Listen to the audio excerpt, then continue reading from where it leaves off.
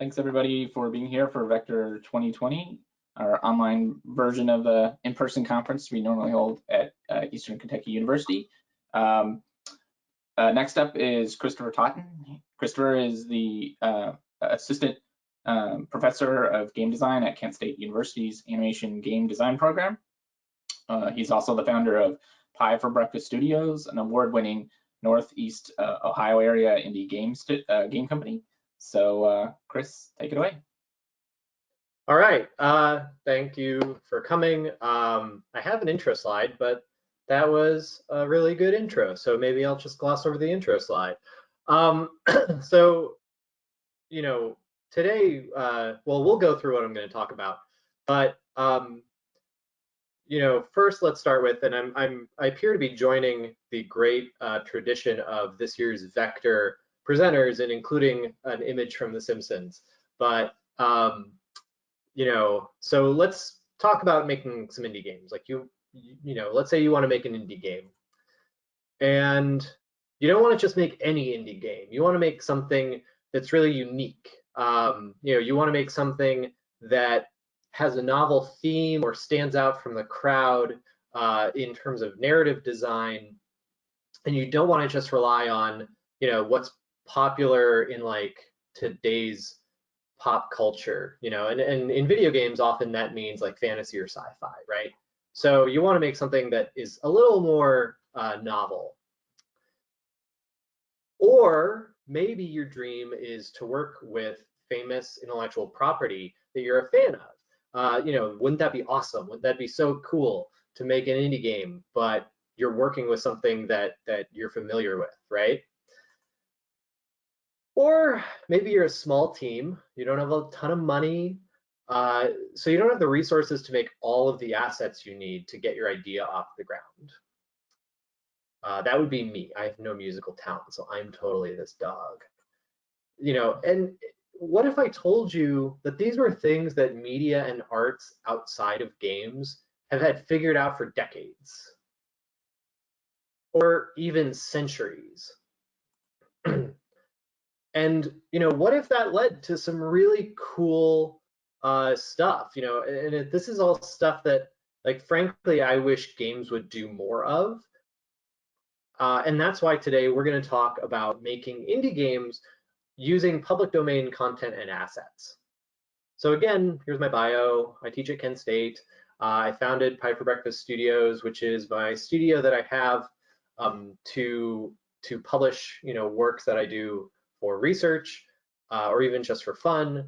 I helped co-found the Smithsonian American Art Museum Arcade and the Akron Game Fest, which is a new event in Akron, Ohio, that submissions are open for, so you should go check that out on the Akron Art Museum website. I have written some books about games and level design and book chapters about games and the arts. And I'm a community organizer. I've been an IGDA chapter chair before and things like that. So today, you know, first we're going to start with like some of the legal stuff about public domain, you know, get the boring stuff out of the way. But so what is public domain, first of all, if you're not familiar with this? By the way, if anybody has any questions, I have the Twitch chat up. So, you know, I'm certainly taking Q&A after, but if there is something that's like really burning question, I do have the chat up. So I'm happy to answer anything. Makes me feel as I'm talking into my webcam, like I'm not just talking at a webcam. But public domain, it's all of the creative work to which no intellectual property exclusivity rights apply. What does that mean? It means stuff in the public domain is no longer copyrighted. You can use it. Oh, thank you, Admiral Octavius. So, you know, it means that it's not copyrighted, it's not protected. You can use it as the basis of a work on your own, of your own. Now, clarification, these are lawyers. I'm not a lawyer. So this is not legal advice, and you should, if you're in doubt, go talk to an intellectual property attorney. So again, not legal advice. This is just stuff that I've found in my own research, but there are experts that you can talk to about this stuff as well. So, if you ever find yourself kind of in a situation where you want to make sure, go talk to the experts. But that being said, let's talk about when stuff goes into copyright.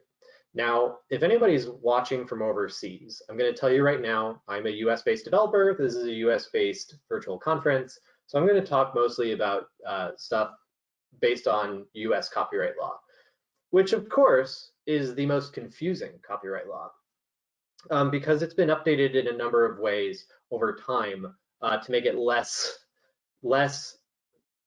make works go into the public domain slower. And I'm also not going to talk about the history of copyright law, both to it's not terribly relevant, and I'm not going to get into snarking on Disney, except for me just mentioning it there. But, that's been done kind of to death. I'm here to just present the facts. So right now, if a work was published after 1978, the time in which it goes into copyright is 70 years after the death of the author. If it was published between 1964 and 1977, my other screen is down here, that's why I keep looking down. It's 95 years after publication. If it was published between 1925 and 1963, and in that time, the copyright holder renewed the copyright, then it is 95 years after publication. This is all assuming that these works were copyrighted in the first place. So if something is not registered for copyright, it's in the public domain. So 1925 to 1963, and if it was not renewed, it's in the public domain. And then anything 1924 and earlier is in the public domain. So yay, public domain. You can use it. But there's always a but. Even with all this, do your homework. And that's going to be a recurring theme throughout the talk. And Max Kunze's talk yesterday even hinted at this, where he talked about, memes aren't all folklore that are free. Some of them have been locked down. So you want to do your homework with anything like this. Some works are in the public domain, such as many of Edgar Rice Burroughs' books about Tarzan. So Tarzan is in the public domain, but companies still extend their rights using elements of trademark law. So, for example, you could be like Dynamite Comics and want to make a Tarzan comic, or in our case, video game, and you can, but you can't call it Tarzan because Tarzan as a brand is trademarked by Edgar Rice Burroughs Incorporated. So, you can Tarzan can be your subject matter. You just have to do what Dynamite Comics did and call it something like, Lord of the Jungle, or, something about Tarzan. And you want to be careful with that because you don't want to come off as seeming like a knockoff, even when you are using that character. But this is an example of where public domain isn't just one and done. There's nuances to it. So that's the legal stuff. Now, what I'm going to talk about for the rest of it is, first of all, what are your opportunities and what's cool about working with public domain assets and art and intellectual property. I'm going to talk about how and when to use public domain assets, so actual, images and sound in your games, and what the benefits of that can be. And then I'm also going to talk about what it's like to work with public domain intellectual property in the way you would work with a franchise or a brand. So first, why even do this? Why use public domain? Now, I could give you a slide with a bunch of lists of why I like doing this, but I'd like to talk about Bugs Bunny because it's Saturday morning and cartoons should be on, even though there are no more Saturday morning cartoons. So let's talk about one of my favorite cartoons of all time, What's Opera Doc? This is the one with Kill the Wabbit. So it's a cartoon from 1957, not in public domain. in which Elmer Fudd as Siegfried hunts Bugs Bunny, who then tricks Siegfried by impersonating his beloved Brunhilde. So this is all based on elements of Richard Wagner's Ring Cycle, which was originally performed throughout the 1870s. So even at the time of What's Opera Doc, it was in the public domain. So they could just, use elements of Wagner freely. Now you may also have heard the dun dun dun dun dun dun dun dun, which is the Ride of the Valkyries, by the way, in the movie Apocalypse Now. Now, Apocalypse Now, its use of Ride of the Valkyries is iconic.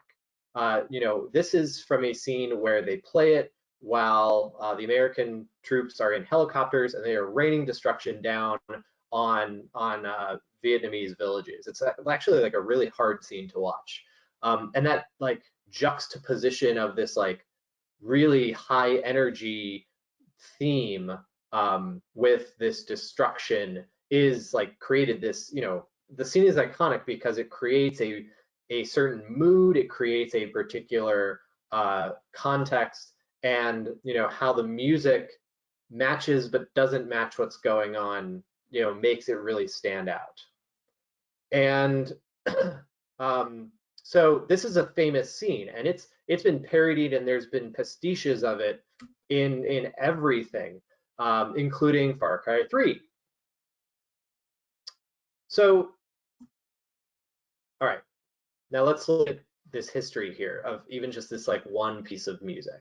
Again, all these works use the same piece of music. At the time of What's Opera Doc, this piece was in the public domain. So you have the iconic Kill the Wabbit, and then you have the helicopters, and then each of these has been itself parodied in different ways up, like again, as recently as, Far Cry 3. So when images, music, and sound enter the public domain, they can be adapted and changed over time.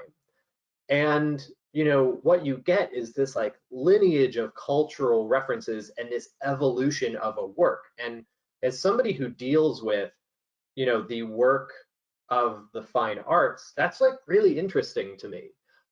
Plus, it's also a great way to get, have a recognizable element in your game that people can look at and say like, wow, and I bring up the sort of juxtaposition of this like triumphant music with this destruction from Apocalypse Now, because that sort of scene is what that important piece of music made that scene iconic.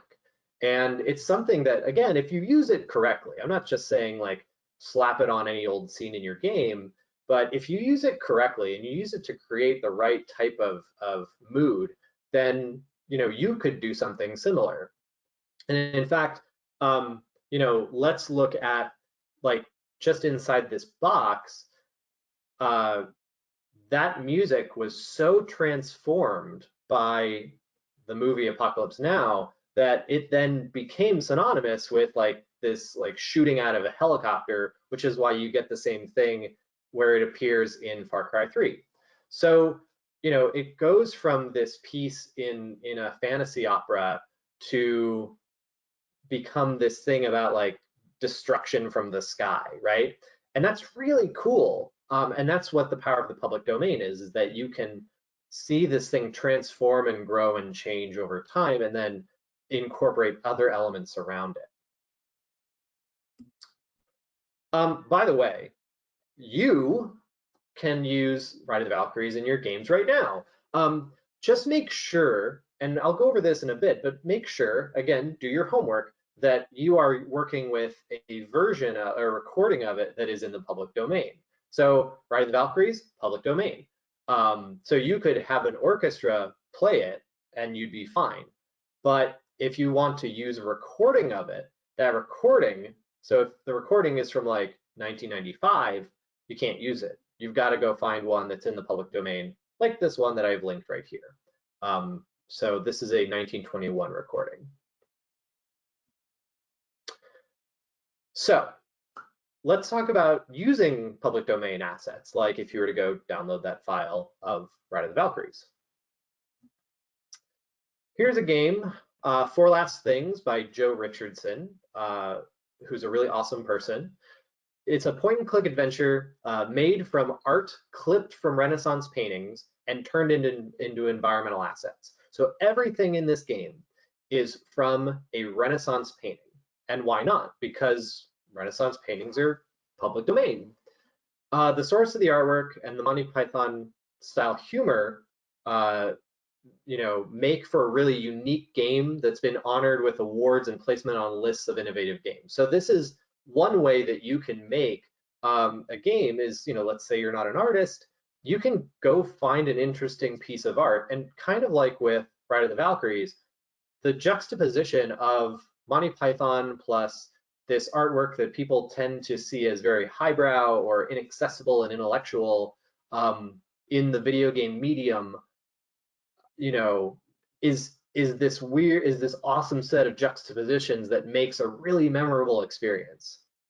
So yeah, somebody said I didn't realize it was public domain art. Yes, it's Renaissance paintings, so which are hundreds of years old. So go get them. Here's a screenshot from one of my own games, which is called Liszewski's Revenge, which was based on the work of Russian artist L. Liszewski. So I was able to make the art assets myself. Now I am an artist, but this was super easy to do because they're just triangles and circles and squares.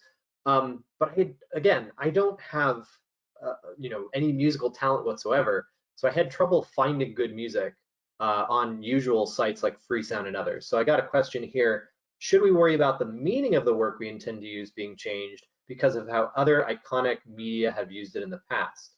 Or how it has changed, I mean.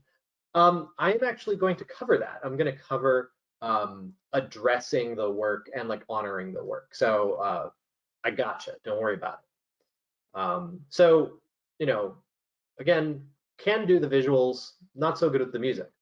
But I turned to a website that tracked the history of Russian music and found recordings from the era in which Liszewski was making his posters around the time of the Bolshevik Revolution. So the poster I was basing this off of, as you can see on this image, the one that I based it off of is from 1920. There's also ones from other ones from the 1920s. So again, all public domain works. But since the recordings were older recordings, it was in the public domain, and there was like a nice record scratch to it, which along with like the paper texture of the assets give the game a nice like audio visual texture and age to it, which I thought was really nice. But this saved me time from having to go and like learn musical composition and then learn the software of music composition and then make the music. So I should note that dealing with things like music, a piece may be in the public domain, like I said before, but the recording might be of a newer performance. So always check these things, because again, do your homework. Make sure the piece and its recording are in the public domain. Joe Richardson just released Procession to Calvary, which has the same art style. Yes, it's a sequel, and yeah, same sort of art. So for my game, getting public domain music saved me a ton of money. I didn't have to hire anybody to compose music. I should note though that it didn't make the game making process easy. There's still a lot of other non-music parts to the game, such as artwork, level design, sound design, and scripting the game. And also finding the tracks, and I alluded to this, I didn't just get all the public domain tracks I could. I tried to find ones that would fit within the, audio like soundscape that I wanted for my game, right? I wanted it to have an age, I wanted it to have a texture, through the record scratch and through the paper texture and things like that. So I didn't, I had to carefully vet all of these potential assets. So this was not an easy process. It still took 2 weeks of the game's 3-month development time. This was a shorter game development cycle. to do that, but it is a time commitment to do this. Even though I'm not producing the assets, I am still, you know, kind of pouring through online databases of public domain assets to try to find the right thing. So time saver for sure, in that I didn't have to do it, but you know, don't think this is like the easy button, right? Okay, so next, how do I make games based on public domain IP? So this is like the big part. You know, cool to make stuff with like, oh, I need some art. I'm gonna go snag it and then like use it to make a really cool novel, like visually novel thing. But what about like working with public domain IP? Well, let's return to Oz. Maybe let's not return to Oz because that's copyright 1985 Disney. Okay, here's the Oz we want. So the original Oz books were written by L. Frank Baum between 1900 and 1919. If you haven't been paying attention, that means they're in the public domain. So, you know, you can go make an Oz thing. Isn't that cool? And this is why you get so many interpretations of Oz by current authors and artists. It's not just because this is a beloved and well-remembered IP, it's also that you don't have to pay licensing fees to use it. A fact which, you know, Disney back in 1985 was like super excited about. Now, again, this brings into another element of you know, dealing with IP that have a legacy, is that understand which parts of the legacy are public domain and which parts are you know, copyrighted by somebody.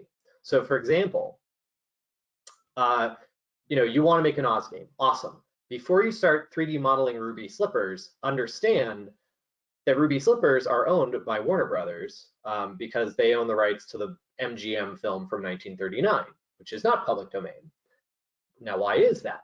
Because when they made the movie, they wanted to show off the color in the movie, and the silver slippers, which are from the book, were turned into the ruby slippers so they could have, like, you know, show off the colorization process that they had. So, you know, make sure that you're using the correct portions and do your homework so that you don't end up accidentally, you know, breaking somebody's copyright. Because apparently Warner Brothers charges quite a bit for using the ruby slippers in your Oz thing, as again Disney found out when they did Return to Oz. So again, the point though is that you, yes you, if you want to, can make an Oz game. And like City State Entertainment did in 2012 with March to Oz, which was this like cool kind of Plants versus Zombies Yellow Brick Road defense game. Okay, so as you can probably guess, public domain stuff is a big part of my practice as a game dev. My two most recent games are a tabletop game called La Mancha, based on the 1605 novel Don Quixote, and Little Nemo and the Nightmare Fiends, which is an upcoming game based on the 1905 comic strip by animation pioneer Winsor McCay, which Tim Fritz is giving a super awesome talk later today about, and you should watch because he's going to talk about the art we're doing for it, which is based on McCay's art style.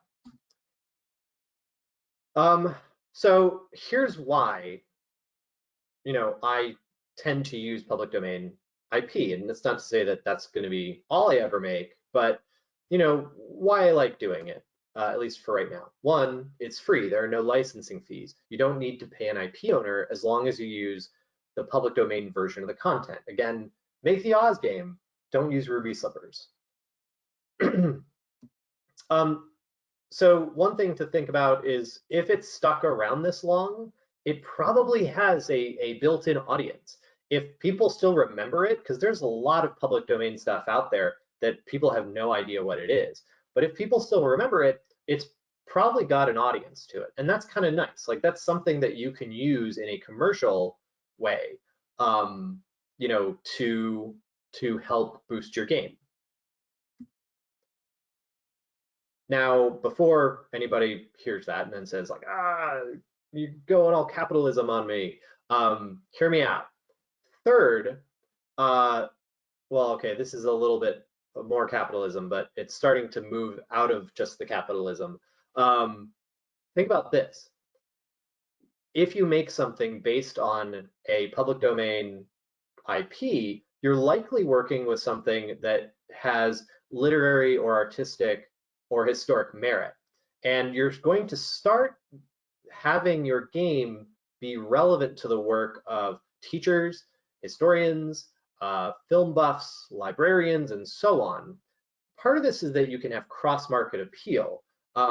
La Mancha has been adopted as an educational resource, which is great because I can expand my market from just board gamers, right? But along with that, you're also participating in that lineage of interpretation that I talked about with Ride of the Valkyries, where you're not just slapping it on to get, Ride of the Valkyrie credit. You're participating in how a work transforms and changes over time, and in some cases, perhaps even making that work accessible to new audiences. So like Don Quixote here is like a big, thick book, and I recommend you all read it if you haven't, but like you gotta be okay with, I mean, we all have time now, but you gotta be okay with reading that much. This is my smaller copy. I have one that's, that big, over 2 books. But, playing La Mancha is, it's much thinner. It's about, an hour of your time. And, it gives you a sense of Don Quixote. So it's a way to make, this work that you might like accessible to new audiences because, games are a very different way of interacting with something than, again, a 400-year-old, nearly 1,000-page novel. Somebody says, I vaguely recall reading that entire book. It's a big book. It's a great book, though. That's why people still remember it.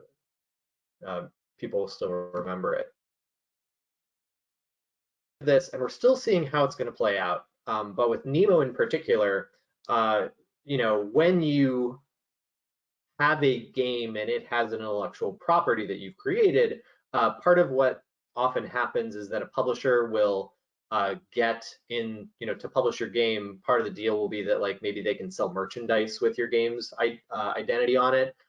We won't have that to offer to publishers. So we're still seeing how that'll play out, but just know that if you do this with something that's a public domain IP, you lose this bargaining chip. So, think about that if you are going to work with this.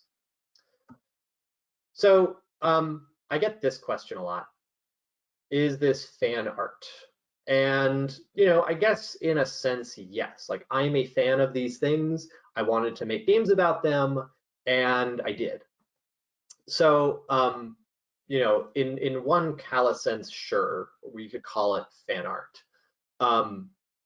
But here's the thing about fan art. Now, on one hand, you can only distribute fan art in certain ways because it's usually, if I were to like draw Cloud from Final Fantasy VII, like I could distribute that in certain ways, but not in other ways, right? And so, in a bigger sense though, and where I think we start to get into addressing the previous question about like, what about the meaning? Should we, worry about how the meaning of a work has changed, things like that. And really getting into the question also of like, how do we honor a work? Is that, we should look into the art world and see, again, beyond fan art, what, look into mechanisms the art world has, because again, this is really common in the art and in the art world and in like other pop culture beyond games. This is something that's actually pretty normal to use this, either public domain music or artwork or intellectual property. How do they deal with that? Well, in games we call it fan art. In other worlds, they call it derivative work, and not derivative in the like that's so derivative way, but in the sense that it's a creative work that includes major elements of an original. And again, what's interesting about this, so if we have Wagner and then What's Opera Doc, that's a derivative work of Wagner, as is its use in Apocalypse Now, which is its use in Far Cry 3. All of these things are, again, that lineage of use. So let's see.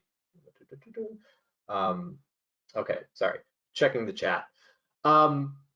So how do we deal with this?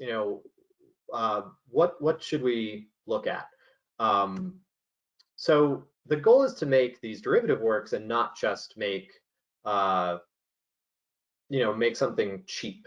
And the other thing with fan art versus something that's a derivative work is that Akron Art Museum curator Teresa Bebnister in her GDEX talk about the exhibition Open World Video Games and Contemporary Art was asked, how are the artworks in this exhibition not fan art? How are they fine art versus fan art, and what's the difference? And one thing that I think you should think about, and where this gets into the topic of, is it fan art or are you trying to create derivative work that adds to the cultural conversation, is the difference she highlighted is that derivative work is that, and fine art is that which you still subject to peer evaluated curatorial processes, like those found in galleries and journals and art museums and publications about art or literature or media. So, one of the first things I did with La Mancha was to show it to professors teaching courses on Don Quixote and say, okay, I've looked at your videos, I've read your papers, this is how I've positioned this game, what do you think? And I got their guidance in like making sure that it really honored the interpretation of the work, right?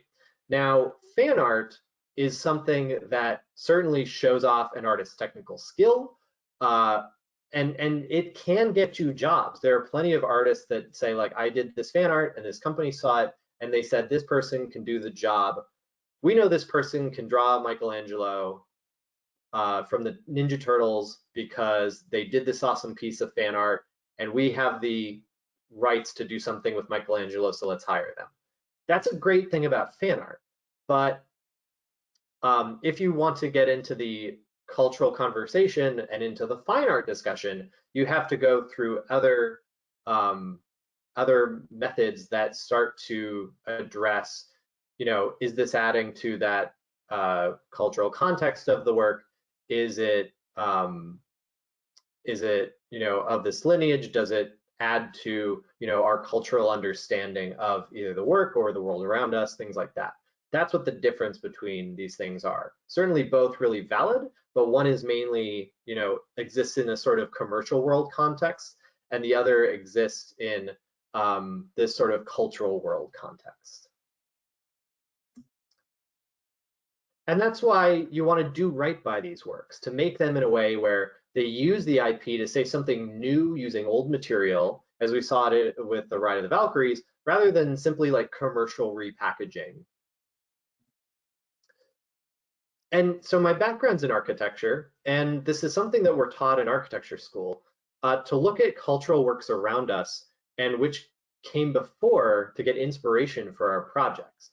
Maybe an artist who did a work, solved a problem that your current project has.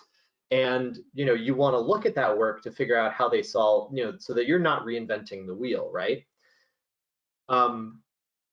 Maybe they're working in a style you find appealing and you want to reference that style.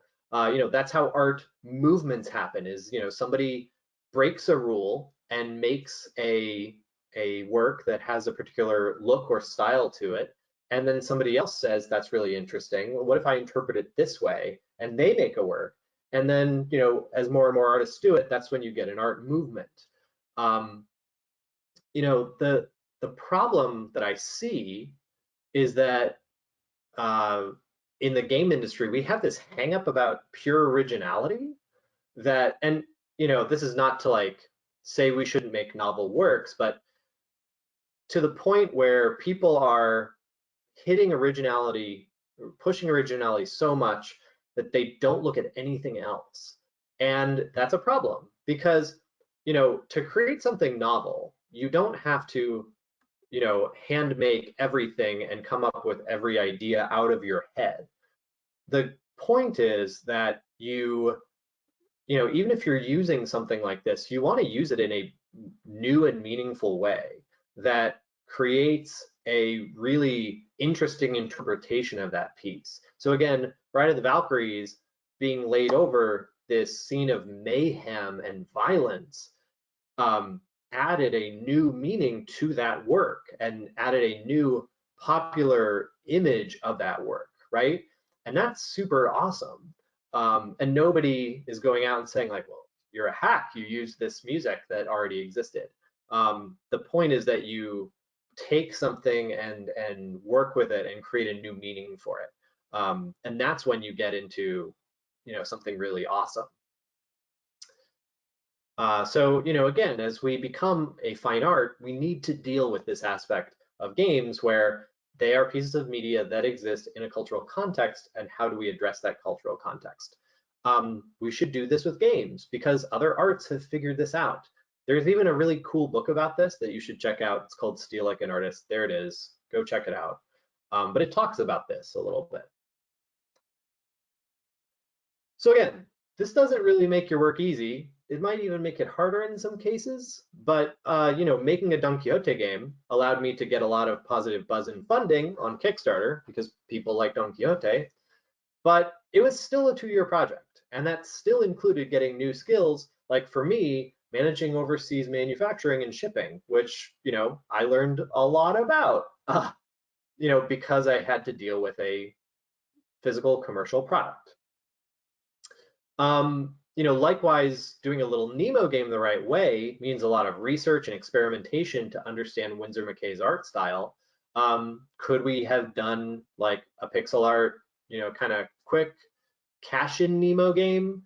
Probably, but that's not what we're interested in. We are actually kind of going the longest way around, the hardest way, but it's making it super rewarding, and it lets us have a conversation with the original Little Nemo and Slumberland comic strip that we wouldn't otherwise have. And again, and now this is like, I'm kind of covering this, it's more personal. There are plenty of people who would just take an IP and put it on a slot machine and call it a day. But again, really try to do your best to, if you're going to work with this stuff, honor the work, look at its interpretations, maybe shy away from it if you find that it was,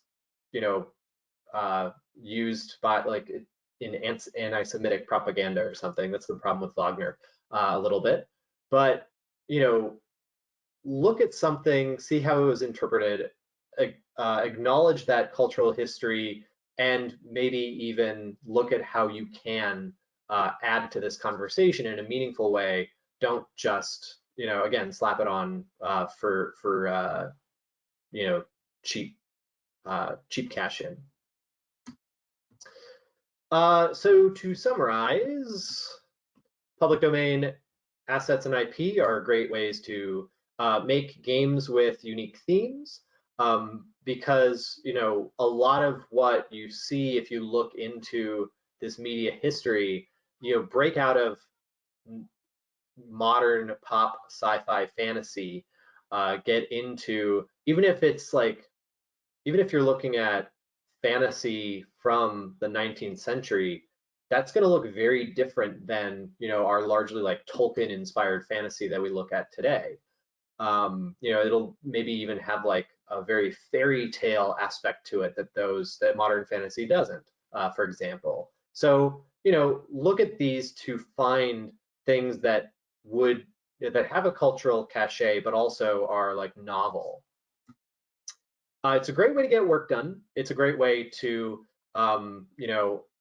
need an artist, can't afford an artist, maybe think about, using a art from a public domain source to add a unique style and a novelty. If you chop it up and turn it into game assets, You know, it's a great way to get work done and add a depth of flavor to your game that it might not otherwise have. And then also, it's a great way to use recognizable franchises. That's a skill. You know, it's the same kind of skill set that you would have to deal with if like somebody gave you the Teenage Mutant Ninja Turtles IP and licensed you to make a game with that. You'd have to follow that sort of brand Bible the way you know might have to if you say I want to make, in my case, a Little Nemo game that looks and feels like Little Nemo. It's a skill that I have to manage, that I have to exercise, is like looking at this branding and interpreting it in a way that honors but also makes something cool and new with it. And it's a great way to find fans. Again, the fans that you have are going to be in expanded markets. They're going to, you know, you're going to find maybe like teachers or libraries or museums are going to find your work really interesting. The downside of this is, of course, you know, you think people like angry people on the internet who are upset about Star Wars is bad. You know, think about like if I would have screwed up with Don Quixote, I would have been put into like conference proceedings about how my game was crap. And like that's a little bit worse because it's like recorded for posterity, right? So, you know, honor the work, but if you do so, that'll give you like some real powerful advocates because they are published advocates. But making games is still hard. That's it. Making games is still hard, so it's not going to like make your work easy. Make sure the thing is actually in the public domain. Do your homework. You know, look out for those hidden copyrights, and properly honor the work. You know, make sure that again you're making a version of it that adds something to it that is going to address what people love about it, but also not be a cheap cash-in. And that's all from me. I would love to hear your questions or see your questions. Thank you for coming to my vector talk. And now I'm going to have water. Awesome. So I know you've gotten some of the questions from the Twitch chat already. And then I think we've got some we've been consolidating separately. Cool.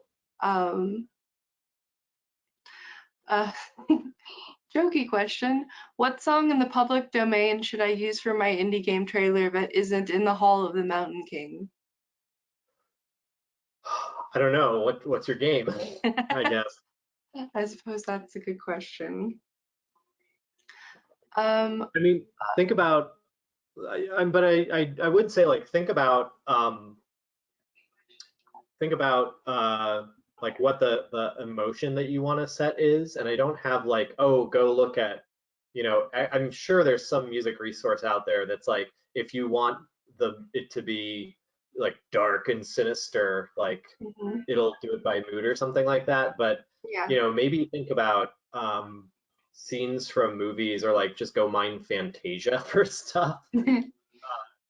But you know, think about movies that are going to use those classical pieces, and then go like check on, like do some research on the piece, and if you find something you like, you know, I mean, this is also, I'll be honest, this is kind of a ploy by me to get game developers to read more literature and listen to more classical music.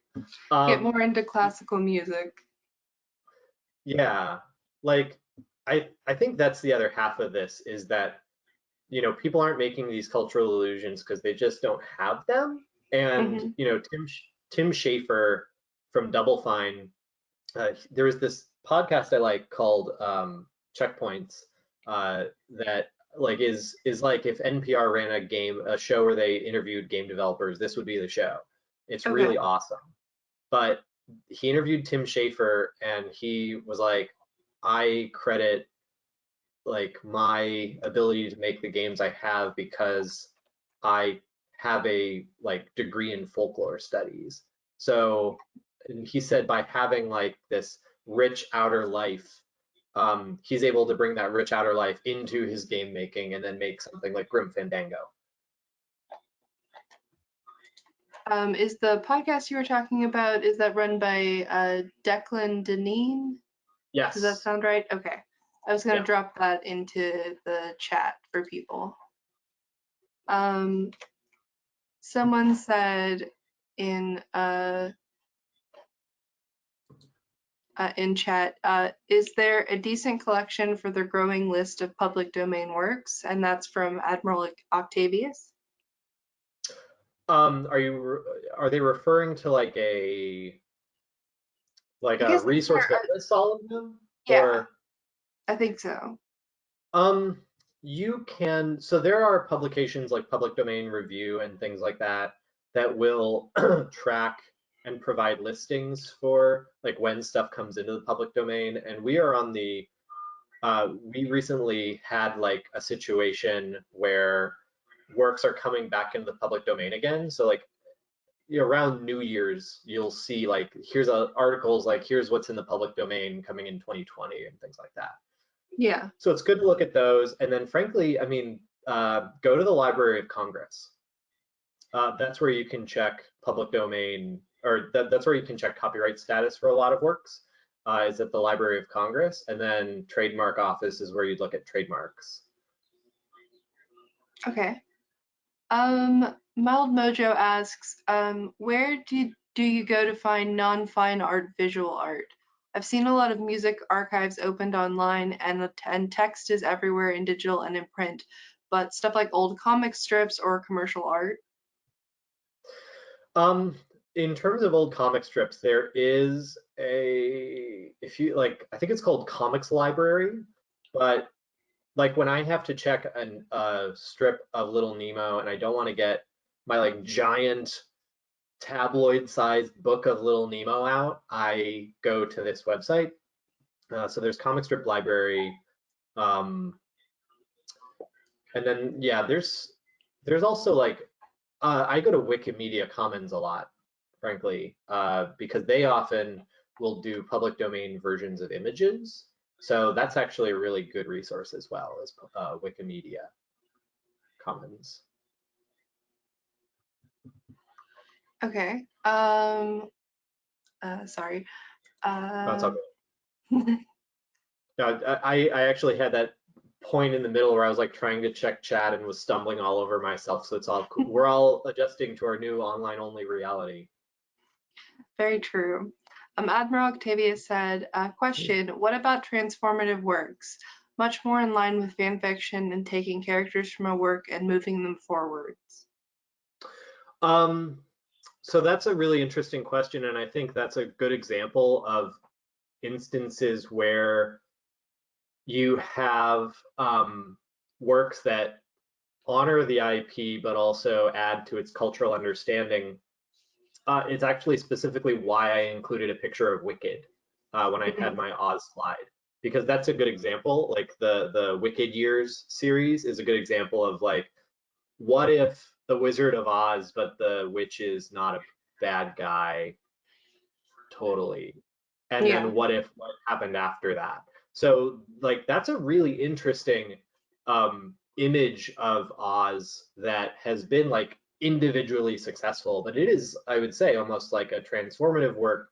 The difference again between it and like fan fiction that you post online and then something that is like, again, a transformative or derivative piece. And again, I'm not using derivative in the like pejorative sense. It's not in the academic sense.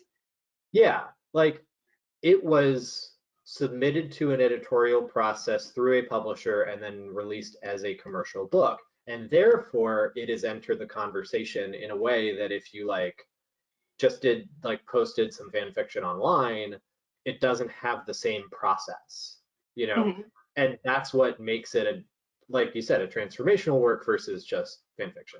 Not to say that fan fiction is bad, but like, you know, there's a point where you kind of like take that to the next level, and that's what the next level is. Yeah.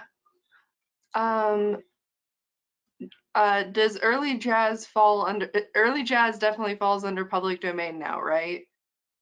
And That check feels the- like that's also from Admiral Octavius, and I feel like that's probably the case because of stuff like Cuphead, but Cuphead's original work.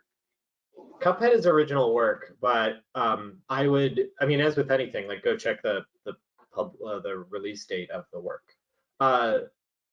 It's not jazz, but like for example, the Charleston is in the. I mean, it's not. Yeah, it's not like jazz, but it's like kind of jazz. But you know, that's an example of it's more ragtimey. But like you can use the Charleston, for example.